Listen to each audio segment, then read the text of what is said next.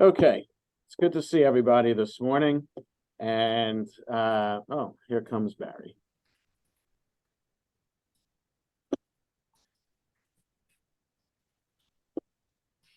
So I said, let's wait a moment for Barry, and there's Barry. He is.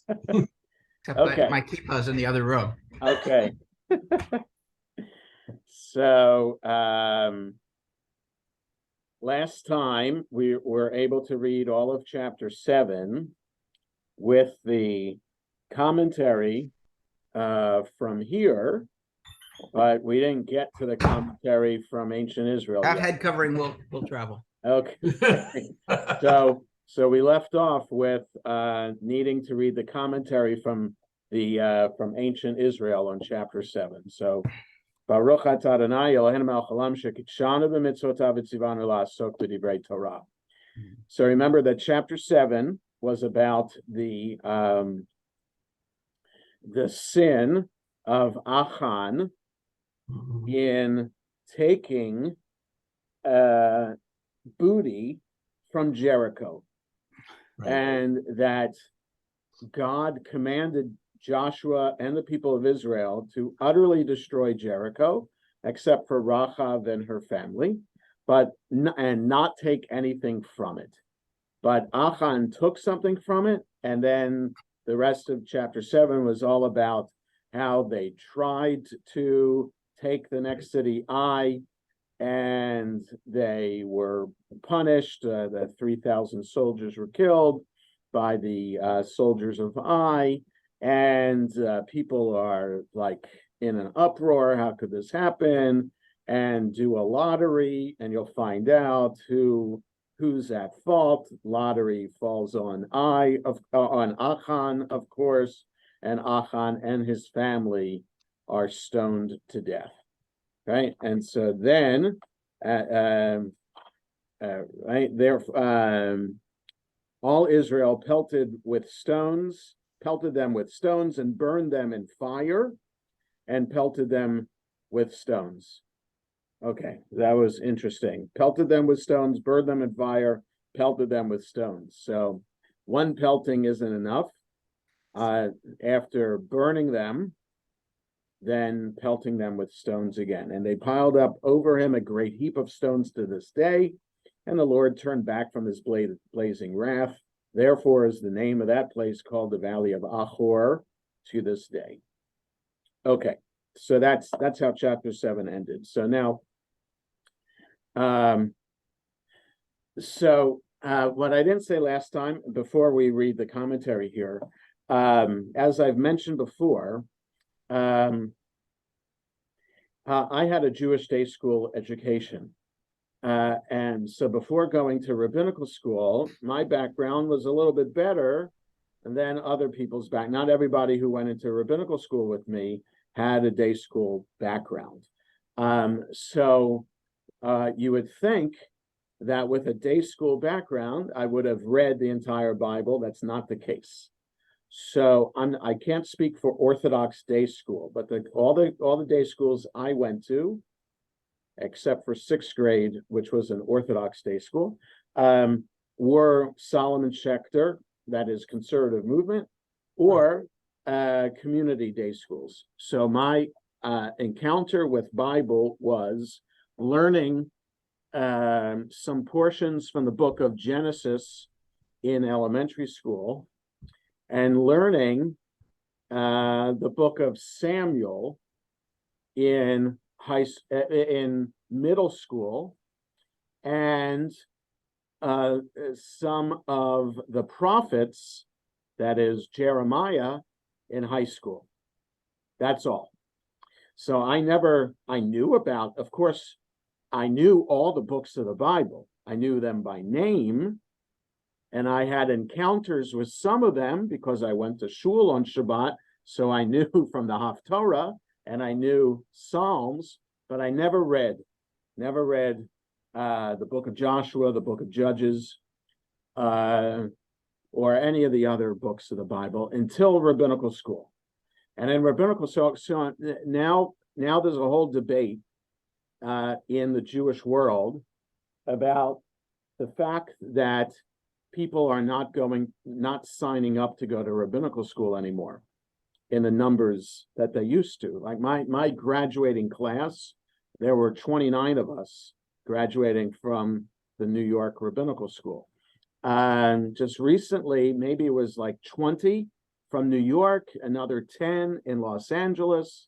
So those are the two schools in America for the conservative movement, plus a few in Argentina. There's a school in Buenos Aires for all of South America or for Latin America. And there's a school in Jerusalem, the Schechter Institute, which has a rabbinical school too, that graduates maybe 3 or 4 a year, which is remarkable in Israel, where people really still don't know about conservative anyway. So there's a debate now about how to attract people to rabbinical school, such that the school in Los Angeles is now becoming a 3-year program, as opposed to a 5-year program. So they're giving up on a year in Israel, saying instead we'll encourage our students to go there for a summer. And they scrunch everything into 3 years and make the 4th year kind of like residency in medical school. Like you're a rabbi after 3 years, but the 4th year have this internship and then go out into the field. So that's pretty radical. And of course, people like me who went through 5 years are saying, is 3 years enough? And this gets to my point, because in 5 years, we studied the book of Joshua and the book of Judges together in 1 semester. Okay, now is that enough time to devote to Joshua and Judges? Maybe it is. Like, are we ever going to need the book of Joshua and Judges as a rabbi in teaching an American congregation? Is this what people in the American Jewish community care about? Their rabbi to be totally proficient in Bible and in Talmud, so let alone Talmud, right? I've studied a little bit of sections of Talmud every year of rabbinical school. So do I need that? Well, sure, I need it because I teach a Talmud class on Sunday mornings, but I teach it in English, as you know. So I don't, my friend, Ethan Seidel, teaches a Talmud class in the original. So there are some congregations which have people in it who can study in the original. But most people in conservative synagogues cannot study in the original. So how much knowledge, or let me ask it this way, what kind of knowledge do rabbis need to be proficient in order to be successful in leading an American Jewish congregation? So that's, all professions have that question. What are you supposed to teach in law school for 3 years in order to make a good lawyer? What are you supposed to teach in medical school to make a good doctor, right? So there are aspects of the job like bedside manner that they don't teach in medical school, as we know. So some people have it, some people don't. And in rabbinical school, they teach us how to write a sermon, but it's really up to the rabbi. But they don't really teach you how to write a talk for a wedding or write a talk for write a eulogy for a funeral. That you kind of have to learn on your own. So anyway, that's the reason why what I remember from my course in rabbinical school on Joshua and Judges is chapter 7, because the teacher at the time made a point to say that this is a pivotal story in the book of Joshua, and very important for us to understand just what the whole mindset of the book of Joshua and settling the land of Israel. And that, it reflects upon the Torah itself when the book of Deuteronomy makes clear, when you go into the land of Israel, you must totally annihilate the indigenous population. And so here chapter 7 is the second example. Well, we'll get to chapter 8 today, that the battle over the city of Ai is the second example after Jericho of that process. So Jericho was successful, except he had Achan, the lone exception that we know about, who took booty.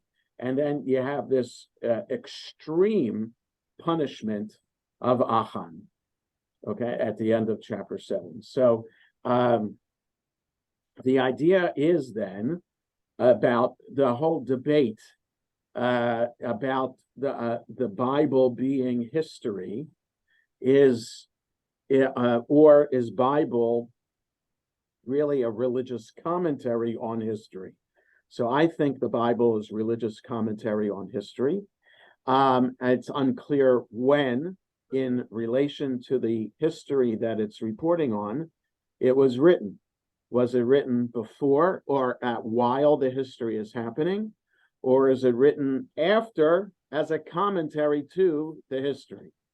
In other words, if you only followed in God's words, then history would have been very different, right? If you only followed God's words, then the Babylonians would not have risen to power, and they would not have conquered the land of Israel, destroyed the temple in Jerusalem, and exiled you to Babylonia, which the rabbis then say again, if we only believed in God and followed the covenant, then the Romans would not have destroyed the temple in Jerusalem and would not have sent us into exile, where we still are languishing today. So it's the religious commentary in the Bible is part of religious commentary on life today. There are still those within the Jewish community who comment on the even up to the Holocaust, saying if only the Jews of Germany and Europe were not assimilated into German culture, then Hitler would not have risen to power and the Holocaust wouldn't have happened. So it is, so the Hebrew word for that is a busha, that a claim like that is an embarrassment. It's scandalous to say that it was the 6 million's fault that they were murdered by the Nazis. But there is still that element of some in the Jewish community and the ultra-Orthodox community today who would make that argument, okay? And apply that argument to anything that's happening in world history.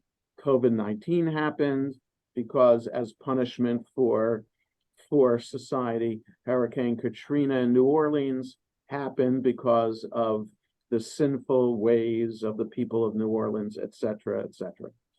So that's an element, those are elements that play into chapter 7, and the way that Achan and his family were punished, stoned to death, then burned, because we know cremation is not a Jewish form of burial or treatment of the dead, and then stoning the burnt remains. It's really, so did that happen? We're not sure. Is this here to scare people, to say better follow the covenant, or else what happened to Achan will happen to you?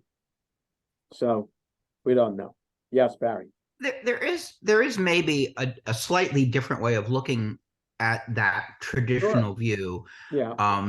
Which is that sometimes when things happen, you don't necessarily know the reason, and maybe on some karmic or godlike or spiritual level, what we do does have an impact. I mean, I personally feel that what we do every day has an impact, how we treat each other, how we treat people, how we treat our everyday thing. Yeah. And I mean, like I've often thought about COVID as a poet.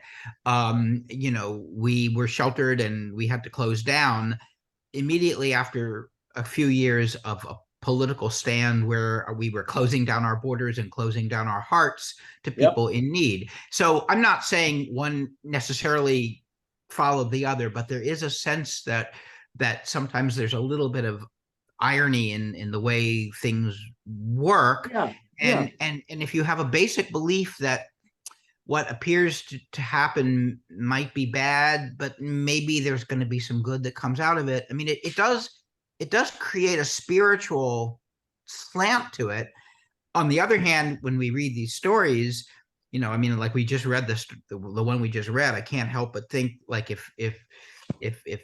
there were characters accused of being witches, they would have burned them at the stake. I mean, which we now condemn.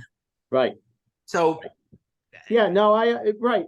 So really at the heart of it really is the human endeavor has always tried to explain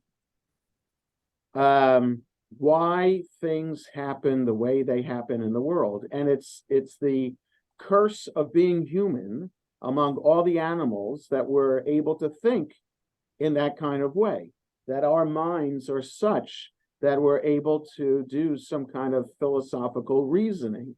And so some say everything is random. And to ascribe some kind of pattern to the world and to the universe, it goes against how the world and the universe works. That it's all randomness. So who are we to say that they're to try to put some order into something that is by nature, by design, chaotic? Okay, so I think, though, that if we understood that the world is chaotic and that we have no control over that some people just would not be able to manage to live. That it would just be the chaos of the world would just be too overwhelming, and it's just too overwhelming to too many people to say I can't live in a disordered world. So I think that religion is one of many ways to try to put order into chaos. Okay, and we see and have seen over the millennia how futile it is to try to make order out of chaos. So the Bible is one record of many attempts over Israelite history to try to put order out of chaos. And there are a few moments in time throughout the course of the Bible where the people of Israel have experienced peace and order, but most of the time it has been disorder. So, so the just how Jews refer to living outside of Israel highlights this idea, because for traditional Orthodox Jews, if you live outside of Israel, you're living in exile. Exile is chaos. Exile is a response of what happens when you live a life of chaos. You're punished. You live outside the land. And so we wait for God to come to bring us back to the land of Israel and bring order again. Or it's the diaspora, right? We're just the course of human events, we've just spread throughout the world. So it all depends on how we try to make sense of the world around us. And religion is just one. There's no right way to do this. There's no right way to do it. So, and that as a rabbi could be seen as a heretical statement. I should say, no, Judaism is the way to do it. And we just need to believe. We need to follow a life of mitzvot, and will be, as we ourselves put order into our lives, then it's a ripple effect. We are able to bring order out of chaos to the lives of our family members, and then the next layer of the ripple around us, etc. So if everybody was following mitzvot, then the ripple effect would be that much greater. Okay, it's just one way of trying to do that, living a life of ethics and morality, living a life of following the law and not necessarily being ethical at the same time. A whole variety of ways of trying to put meaning into our lives. So, okay, let's look at what Alter says below the line, beginning on page 35, for chapter 7. And then we're not going to get too far into chapter 8 today, but that's okay. Chapter 8's a longer chapter. Okay, so below the line on 35, the Israelites violated the ban. Achan took from the ban.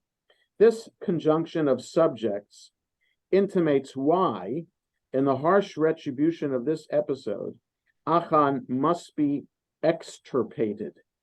His violation of the ban imparts guilt, as though by contagion, to the whole people, as the defeat at Ai will immediately demonstrate. Right, so it's Achan's fault that the people are unsuccessful at first with Ai, and therefore Achan must be completely blotted out. About 2,000 men or 3,000 men. Bowling's contention that Eleph here is not a number, but means a contingent, perhaps no more than 20 or 30 men, may be supported by the fact that 36 deaths in a defeat are regarded as a catastrophic loss. Right. So what he's referring to is, I don't know who Bowling is, but it is back in the Torah, when the census is taken of the people in the book of Numbers, we're told about the thousands, right? There's 60,000 and some hundred, however 100, something like that. So there's thought that how many people could actually have walked through the desert? Is it realistic that over 600,000 men over the age of 20, which would mean over 1 million people marching in the desert, was that realistic for 40 years, especially when there is no archaeological discovery to prove that they had walked through the desert? So one suggestion is that perhaps Eleph means brigade, and it doesn't mean thousand. Okay, so in modern Hebrew, Eleph means thousand. So can you apply modern Hebrew definition to Torah Hebrew? Perhaps Torah Hebrew, Eleph just means brigade. So a brigade could be, like he's saying here, 20 or 30 people. So so then if it's 2,000 or 3,000, it means 2 brigades or 3 brigades. So it could be 60 or 90 people. So if it's 36 people who were killed in attacking Ai, then that's half of who went, or a third of who went.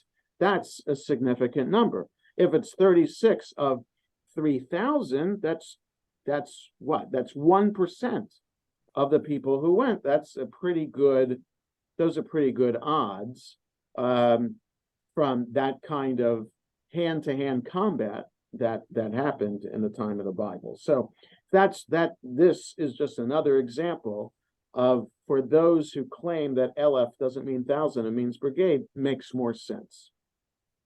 Okay. This is not, however, he goes on, this is not, however, conclusive evidence, because the Israelites are supposed to carry out the conquest virtually unscathed as at Jericho.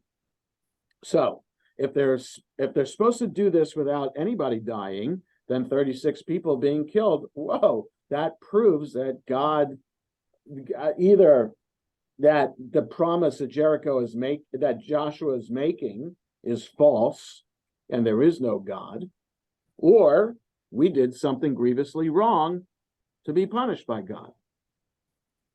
Bowling's claim that the particle ke, so like which is translated as like 2000 or 3000 before the number means precisely and not as it usually does about, is dubious. So he contends that here ke, which as a prefix usually means about, is meaning exactly. So ke as a prefix never means exactly. Is dubious because the alternative of 2 or 3, whether thousand or contingents, suggests approximation, not exactitude. Right. So Bowling says ke means exactly. So is it exactly 2,000? So the verse then would be exactly two brigades or 3 brigades. So if it's exactly, which is it? So it's not exactly if it's or. Got it? So that's why Alter is saying trying to prove brigade from this verse is not a good proof linguistically. Okay. Next page, 36, below the line, pursued them from before the gate. The evident strategy is a sudden sortie from the gate of the town, taking the besiegers, who are too few in number, by surprise. Why did you insist on bringing this people across the Jordan to give us into the hand of the Amorite and to destroy us? Joshua's complaint, right, Joshua's complaining to God here, is distinctly reminiscent of the complaints of the Israelites in the wilderness to Moses, asking him why he brought them into the wilderness to perish instead of leaving them in peace in Egypt. The echo may suggest that Joshua is not quite as fit a leader as Moses. Right, so Moses never questioned God about this. Moses had to deal with the people questioning him. Why were they brought out of Egypt to be dying in the desert of thirst or hunger or whatever? So here Joshua is asking God, Joshua is supposed to be all in and not be questioning. The Canaanites, there is a loose interchange of reference between Amorites and Canaanites. And what will you do for your great name? God's reputation as all-powerful deity is contingent on the success of his chosen people. Moses uses the same argument when God, in his anger, threatens to wipe out Israel. Also, in verse 11, right? Israel has offended and also has broken my covenant that I charged them, and also has taken from the band, and also stolen, and also denied, and also put in their bags. Right? Gam is the Hebrew word, so the gam is repeated a lot in that verse. These repetitions of gam, which equally has the sense of even or actually, vividly express God's wrathful indignation. Right? Like, so God's going through the list. You did this. You also did this. You also. Okay, next page. They themselves have come under the ban. Though the contamination of having taken objects devoted to this, through the contamination of having taken objects devoted to destruction, they have become subject to destruction. The word themselves has been added in the translation for the sake of clarity. Draw near. This is a technical term for approaching the Ark of the Covenant. Lets the lot fall. The verb repeatedly used in this section also means to catch or to trap. What is involved in this process is an oracular device, most likely the Urim and Tumim, that yields a binary yes-no answer, thus serving to select one from many. Right, so we don't know how the lottery goes, but we do know from Leviticus, well, actually from the portions that we just read, that of the stones that were designated to be on the breastplate of the high priest, we have the Urim and Tumim, these two stones, which are supposed to be like oracular stones, kind of like the magic 8-ball, but in real religious life, that's what it's supposed to be. You're supposed to ask the stones to give you an answer. And they were only to be used in serious communal situations, like, should we go to war against this village or that kind of thing. The clans of Judah. The received text has the clan of Judah, but a tribe is not a clan. Several Hebrew manuscripts show the more plausible plural form. Right, so it should be clans, not right. So there was an asterisk on that Hebrew word in that verse that pointed out that it should be mishpachot, plural, as opposed to mishpachat, family of. All right, my son, show honor, pray to the Lord God of Israel, and make confession to him. Joshua's language in addressing Achan is cunningly gentle, suggesting he intends to draw in his interlocutor and then lead him to divulge his crime. He begins by calling Achan my son, elsewhere an affectionate form of address in the Bible. He uses the polite particle of entreaty, na, pray, and at first does not mention guilt, but rather honoring God. The idiom for make confession, tain todah, more frequently means to give thanks. So it sounds almost as though Joshua were about to say something quite positive to the man who will be made to confess his guilt and then undergo horrendous punishment.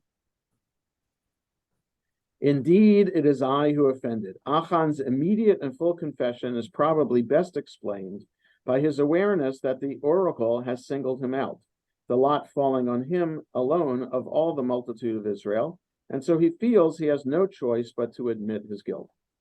Joshua's ostensibly fatherly approach to him may also make him sense that he is a member of this community now gravely endangered by his act, and hence he must make restitution, whatever the price. Thus and so I have done, though this is an idiom that can be used in place of a detailed account. Here it is proleptic. The precise content of thus and so is laid out in the next verse. A fine fur mantle. The Masoretic text reads a fine shinar mantle, neatly rendered in the King James Version as a goodly Babylonish garment. So King James, the English translation from the Middle Ages, shinar is the Hebrew. Shinar is a biblical term for Babylonia. So in English, a goodly Babylonish garment. Okay, because Shinar is another name for Babylon. There's no evidence that Shinar specialized in exporting fine apparel, and this translation reads, instead of Shinar, deleting the middle consonant, Sayar, hair or fur. So Shinar is spelled Shin Nun Ayin Resh. Drop the Nun, which often happens in biblical Hebrew. You have then Shin Ayin Resh. But there's no vowels, so instead of a shin, read it as a sin, right? It's only with vowels that the letter is different. Dot on the right-hand side, dot on the left-hand side. Read it as if the dot is on the left of the letter, and so that becomes the S sound, and then sin, ayin resh, is hair. So a hairy mantle becomes something of fur, and that's where altar gets this idea from. And Joshua took Achan and the silver and the mantle and his sons and his daughters. The lining up in a single syntactic string of human beings, material treasure, and animal possessions is disturbing. The evident assumption about the family members is that they have been contaminated by Achan's violation of the ban, and hence they must perish with him. One notes that Achan has considerable possessions. The donkey and ox may well be collective nouns, which makes his crime all the more heinous. The collective punishment is nevertheless troubling. Right, so in other words, if Achan already has many possessions, and then you have to ask the question, how are these ragtag group of slaves who wander through the desert for 40 years, how do they acquire wealth? So Achan then has these possessions. Why does he need more? So that further compounds his taking the booty. On the one hand, if it was poor, you can understand why he wanted to take booty. Still bad because you're going against God's law, but you can understand it's like Jean Valjean in Les Mis, okay? Breaks into the bakery because he's hungry. But if he already has possessions, he doesn't need it, then why is he breaking God's law? So that there's a whole other layer to breaking the covenant. The valley of Achor, this means the valley of trouble, making the end of this story an etiological tale about the origin of the place name. Etiology, Etiology, is deriving a story that explains why something is the way it is. Right? So the etiology of snakes slithering on the ground is the Garden of Eden story, where the snake is in a tree and has legs and talks to Eve.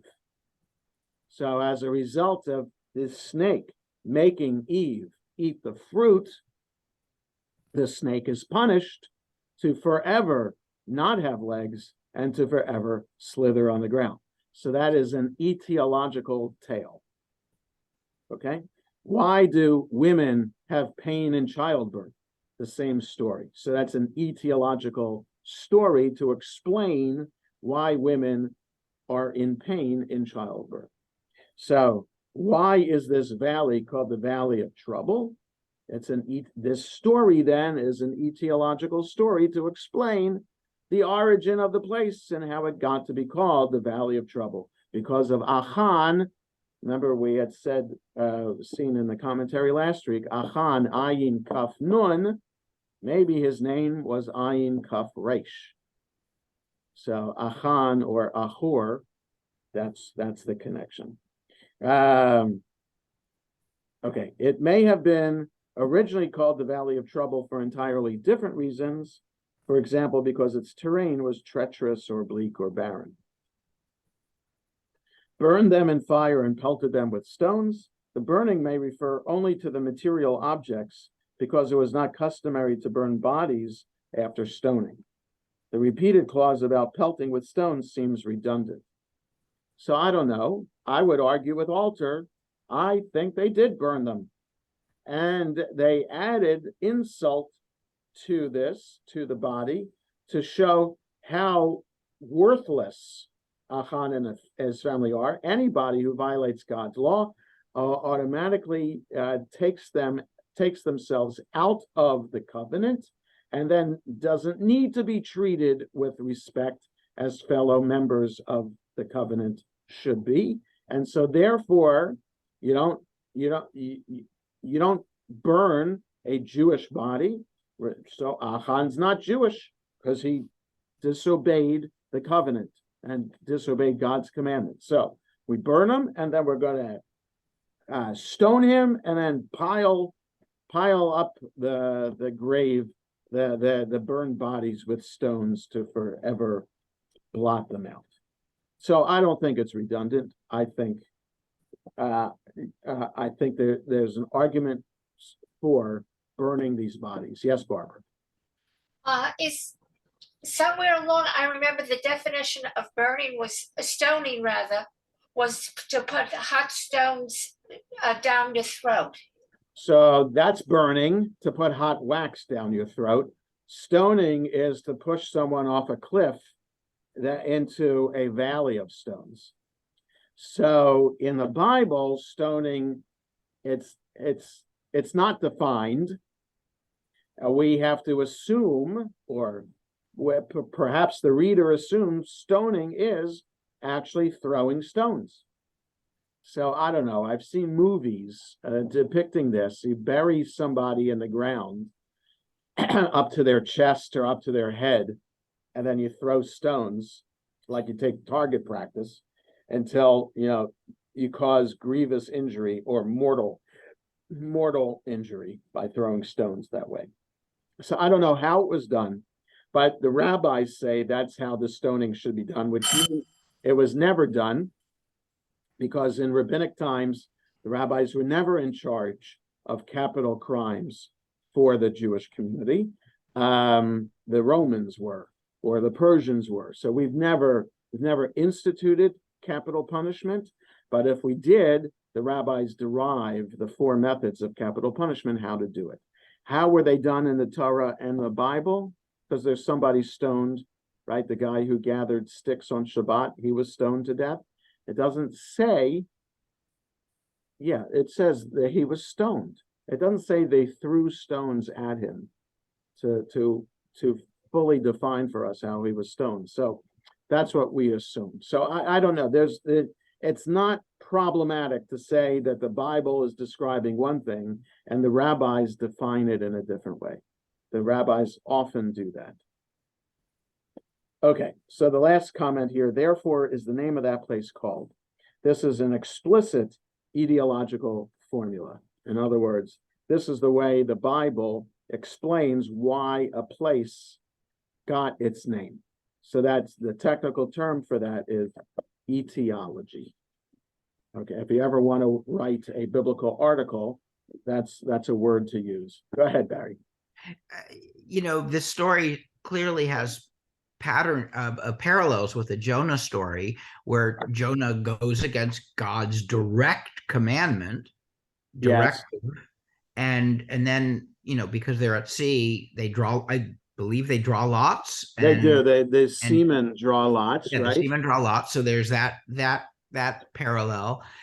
Although I think that if I remember the story, that the other seamen don't want to throw him over, but Jonah insists. Right. That's the only way to. That's interesting. Peace. If you compare if the book of Jonah comes to mind for this story, I'm not sure. See, I think the book of Jonah and Jonah's call to prophecy is supposed to be compared with other prophets and how they react to their call to prophecy. So I don't think that the book of Jonah is meant to remind us of the story of Achan. Achan is just an individual Israelite. He's not introduced as a prophet or anything like that. So Jonah is introduced as being talked to by God. So therefore, he's a prophet. All right, he's not called a prophet in his book. I'm not sure other prophets in the Bible are called prophets in their book, but what is the common denominator of them all is that God spoke to them directly. So God did not speak to Achan. So I think Achan is more in the category of a Korach, or of the guy who was gathering sticks on Shabbat, or other individuals who publicly, who defy God's word and then are found out about publicly and then punished. Okay, so I think it's that trope that Achan is. So all I'm saying, Barry, it's interesting to want to try to compare Jonah to Achan, but I would think that Bible scholars would say no. Achan is one kind of trope of an individual sinner. Jonah is the other trope of a person called by God to prophecy or to go on a mission. So Jonah is the most blatant example of someone who not only argues with God about who am I to be called to prophecy, but actually runs away from it. So Jonah is the most extreme. So you have Isaiah who says, or Jeremiah, no, I'm not worthy, but then are allowed into God's heavenly court, and then, okay, they agree to be a prophet, or Moses who gets the burning bush, right? So I think Jonah's more in that trope. But if you could, so Achan didn't hear word of God, He just heard with everybody else, okay, we're not allowed to take the booty. I'm going to take the booty. So, yeah. All right.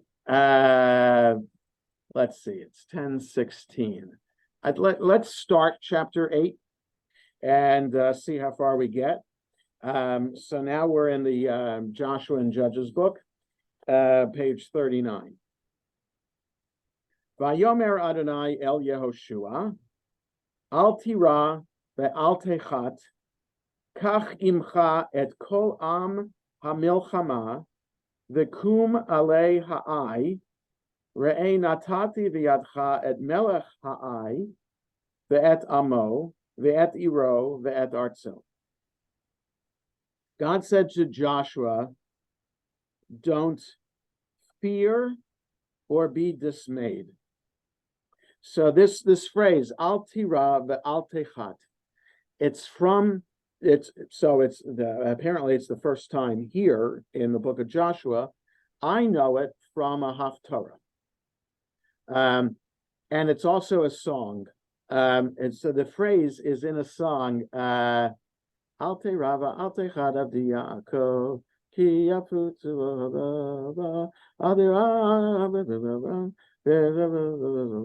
Sisu et Yerushalayim Giluba. That's the song. Sisu et Yerushalayim Giluba. Be happy for Jerusalem and rejoice over it. So there are a number of verses for that song. And so one of the verses is Al tira ve'al techat avdi Yaakov. Don't fear and don't be dismayed, my servant Jacob, which is a broad name for the people of Israel. So anyway, so that's what comes to mind because I know that song. So just weird verses and phrases just pop out in my head. So al tira ve'al techat will be a phrase that will be repeated throughout the Bible. So it's okay. Yeah, go ahead. It's okay. The song that I was thinking about in the previous thing, and maybe Leon can refer this to, is Dylan's, they stone you when you try to be so good. There you go. It all depends on our cultural references, right? Or how we're brought up and whatnot. That's okay. Totally fine. Dylan was a good Jew. Okay. Yeah, remember Jamie Raskin, when he came to speak on Shabbat before the high holidays, spoke about growing up in Minnesota and how his mother was the president of the Hadassah chapter and worked with Bob Dylan's mother, who was like co-president with her or a previous president of Hadassah in Minnesota. So we'll just forget the brief foray into born again Christianity that he. Oh. Once a Jew, always a Jew, right? He's gone back and forth. Yeah. Yeah, I'm not sure if he was here in the room, whether he would admit, I don't know whether he would admit to be Jewish or not. You could look at it as he was working both ends of the street. Right. That's right. Hedging his bets. Okay. God says to Joshua, don't fear, don't be dismayed. Take with you all the men of war, soldiers, that is, and rise up and go to Ai. See, I have given in your hands the king of Ai and his people and his city and his land. So, the thing is about the land of Canaan is that they were city-states. Each city had its area around it and was an independent kingdom. But it was quite small. The kingdom was quite small. So you had the kingdom of Jericho, the kingdom of Ai. Up north in Israel is a major archaeological site is Hatzor. That's another place. There are other city-states like that I would assume would often enter into treaties with other city-states that they'd protect each other or commerce with one another, etc. So his land, what the territory is around Ai, we don't know how far it really extended. Okay, so let's look at the commentary below here on verse 1. All the people of war, Although the defeat at Ai was primarily due to Achan's trespass, a secondary cause was the underrating of the enemy, so that they attacked with inadequate forces. This was now to be rectified. But again, the underrating of the enemy was based on the idea that God said, I'm going to give everybody into your hands. So why waste the troops? It's showing we have faith in God, that we're only going with 2,000 or 3,000 or 2 or 3 brigades. So I don't know. It depends on how you view this whole procedure. The king of Ai, see on chapter 2, and his land, presumably the surrounding country, which was the possession of Ai. Let's do another verse. Va'asita la'ai ula malka ka'asher asita liricho ula malka rak shlala uvehemta tavozu lachem simcha orev la'ir me'achareha. So you should do to Ai and its king that which you did to Jericho and its king, but rock it usually means only, but it can also mean but its booty and its cattle you can take, right? So tavozu lachem, you can take for yourselves. You can keep the cattle and any other booty from the city of Ai. You were not allowed to do that in Jericho. So maybe God is understanding now, I'm not going to be able to keep the people away from the booty. So I'm going to say now you're allowed to take it. Okay, so it's like why aren't we vegetarian? God gave us back in the book of Genesis, realizing that there's just one element of our human nature that just can't be overcome. So you're allowed to take the booty and the cattle. Simcha orev, put an ambush of the city behind it, right? In other words, get ready to attack the city from behind the city, not from the front gate, but go through the back door in order to attack the city of Ai. Okay, let's stop here. We'll Rabbi, yes, Jules. I have a quick question. Yes. In reading at point 2 on page 30, they keep saying her king. Yes. And what I'm trying to find out is it significant that the feminine English is used? Yeah, because the English is being as literal as possible. So Hebrew is gender specific. The word for city in Hebrew, even though it doesn't look like a feminine word, is a feminine word. So anytime, so the word for city, ayin yud resh, is a feminine word. The name of a city, Jericho or Ai, then automatically becomes feminine. So in the Hebrew, it says, due to Ai and her king. I translated it as its king because city is an it. It's not. And so does altar. Right.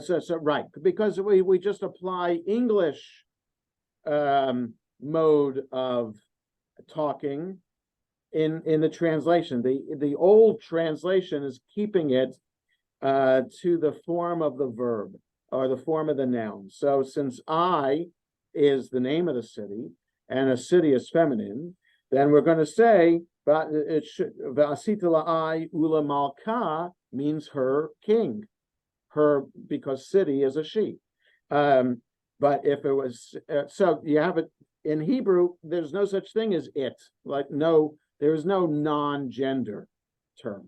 So it could be either malka or malko.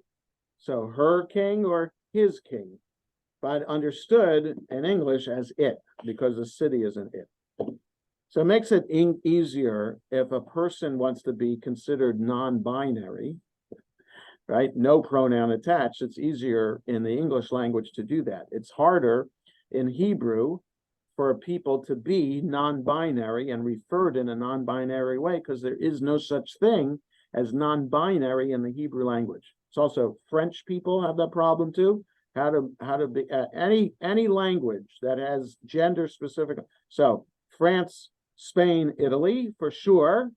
There are other languages like that around the world. So the person is non-binary, you have a hard time in that language to make such a thing as non-binary.